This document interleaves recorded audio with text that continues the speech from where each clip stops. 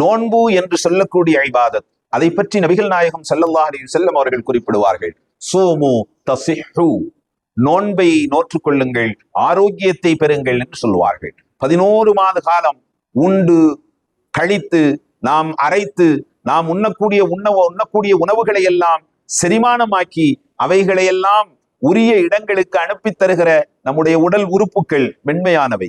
எப்படி ஒரு வாகனத்திற்கு எஃப்சி என்று சொல்லுகிறோம், அந்த வாகனத்திற்கு எஃப்சி எடுப்பதன் மூலமாக அதனுடைய மிஷினரிகள், அதனுடைய பொருட்கள் எல்லாம் தேய்மானம் இல்லாமல் வருடத்திலே ஒரு முறை அது சரி செய்யப்படுகிறதோ, அதே போன்று மனிதனுடைய உடலிலே உட்புறத்திலே இருக்கக்கூடிய மென்மையான அந்த உறுப்புகள் நாம் எவற்றையெல்லாம் போடுகிறோமோ அவற்றையெல்லாம் அரைத்து செரித்து தள்ளக்கூடிய அந்த மென்மையான உடல் உறுப்புகளுக்கு 11 மாத காலம் ஓய்வில்லாது அவைகள் சதா செயல்பட்டு கொண்டே இருக்கக்கூடிய மனித சமுதாயத்தினுடைய உடல் உறுப்புகளுக்கு, மென்மையான உறுப்புகளுக்கு இந்த ரமலான் என்று சொல்லக்கூடிய இந்த 1 மாத காலம் நோன்பின் மூலம் ஒரு மிகப்பெரிய ஓய்வு, எஃப்சி எடுக்கப்படுகிறது.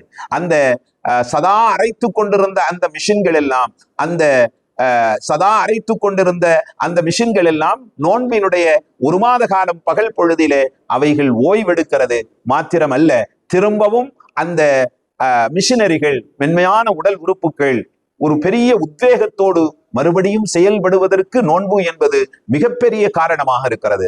எனவே ஒரு வாகனத்திற்கு எப்படி எஃப்சி எடுக்கப்படுகிறதோ, அல்லாஹ் ஜல்ல ஷானஹு தஆலா வருடத்தில் 1 மாத காலம் பகல் பொழுதிலே நம்முடைய மென்மையான உள்ளே இருக்கக்கூடிய உடல் உறுப்புகளுக்கு அல்லாஹ் மிகச்சிறந்த ஓய்வை இந்த நோன்பின் மூலம் தருகிறான்.